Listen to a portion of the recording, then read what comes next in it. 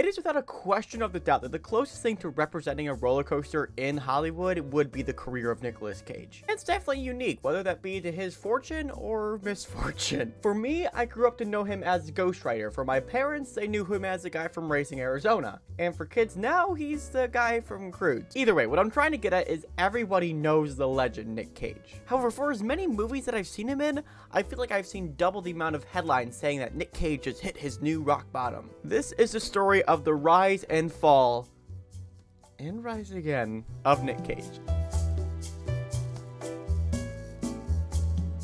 Before I get into the meat that is a Nick Cage story, I'm just going to throw in that if you like what you see, go ahead and drop a like on this video. It not only feeds my ego, but tells the algorithm gods to send it to more people. Okay, on to the video. Starting at the age of 17, Nicolas Cage, or who was known at the time as Nicolas Coppola, made his acting debut in the TV movie The Best of Times. Yes, you heard me right. Coppola, as in Francis Ford Coppola, aka the guy that made arguably the best movie of all time, The Godfather. Growing up, Nick's father, Arthur Coppola, who was also in the arts, would regularly have Francis, Arthur's brother / Nick's uncle, around, which kind of caused Nick to get the acting bug, even getting to the point to where a young Nick Cage said to Francis Ford Coppola's face, "You want to see acting? I'll show you acting." However, come 1982, after Nick's appearance in Fast Times at Ridgemont High, he was sick of just being viewed as Francis Ford Coppola's nephew and wanted to develop a name for his own. So he chooses one of his favorite comic book characters, Luke Cage, and then becomes Nick Cage. Now, after this, he would go on to star in some pretty low-budget movies that didn't get terrible reviews but never caught the eye of the public until Raising Arizona. Although some people would argue Peggy Sue Got Married was his breakout performance, this Coen Brothers project was really the one that put Nick Cage on the map. Not only was it hilarious, but it also got people to love Nick Cage. Then right after that movie came Moonstruck. Although it hasn't maintained the same cult following throughout the years like Raising Arizona had, it made almost quadruple what Raising Arizona was able to pull in the box office. And 2 years later comes Vampire's Kiss, which, although Nicolas Cage was born in 1964, was really the birth of the Nicolas Cage we know today. This movie has multiple memes and references that most people would recognize, but nobody really know what it's from. And that's okay, because this movie isn't necessarily all that.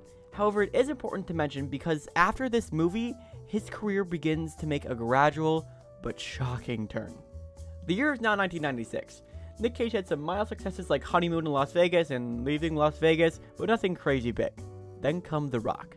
Starring alongside Sean Connery and Ed Harris, this action thriller breaks all the records that Nick Cage had set before, but it's just getting started. With 1997, not only comes Con Air, but Face Off, neither of which topped The Rock's box office numbers, but it has people screaming Nick Cage's name. His performance in Con Air was ridiculous but awesome, and him in Face Off, it's just incredible. Absolutely insane, but incredible. And along with his newfound box office success came big paydays. Getting $16 million for Snake Eyes, $20 million for Gone in 60 Seconds, $20 million for National Treasure. Now, although those numbers don't seem hardly as impressive as the big paydays we've come to know from the likes of Robert Downey Jr. for his role of Tony Stark, $20 million is no joke.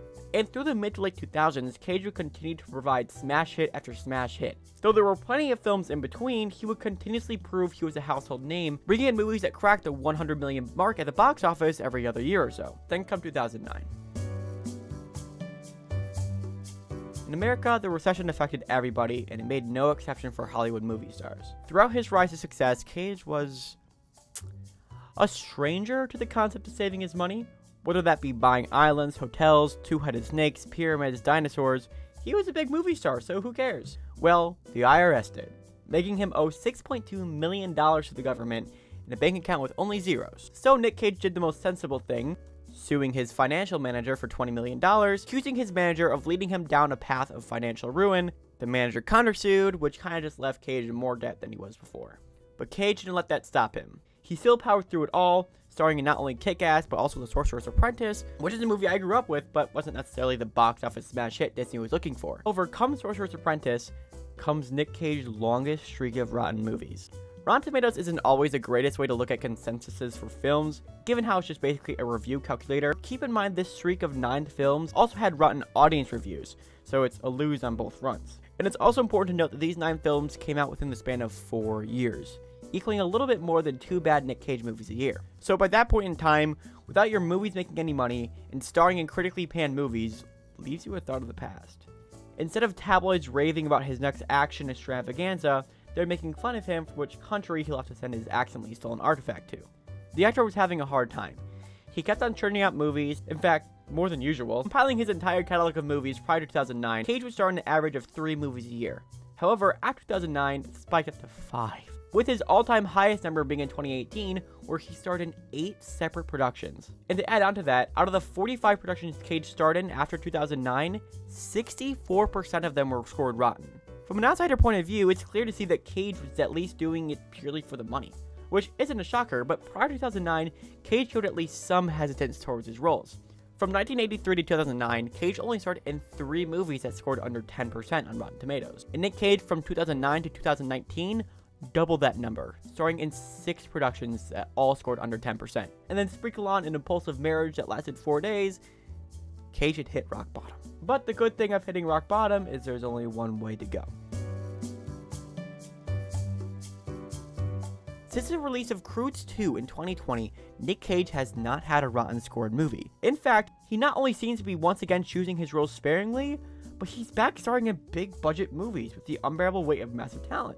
And an art house film, Pig was extremely well acclaimed, and even Willy's Wonderland, a stupid horror thriller, was a fun time and earned him props in that field as well. Seemingly overnight, Nicolas Cage changed from this person that had been taking any movie role given to him, starring in 6, 7, 8 films a year to pay the bills, and back to this superstar. He's highly regarded amongst the critics, the fans, the people.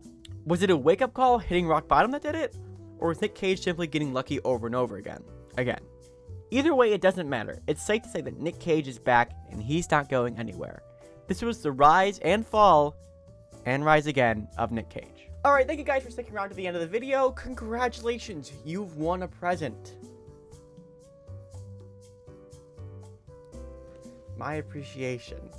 But in all seriousness, thank you guys for sticking around. You sticking around to the end of the video not only feeds my ego, but it feeds this video to the algorithm gods, which makes more people see it, which feeds my ego. Obviously, this video was inspired by Nicolas Cage's new movie, The Unbearable Weight of Massive Talent. So what did you guys think about that movie? Did you like it? I personally loved it. Alright, and that's all for today. Don't forget to click that subscribe button and that bell icon, and stay tuned for more.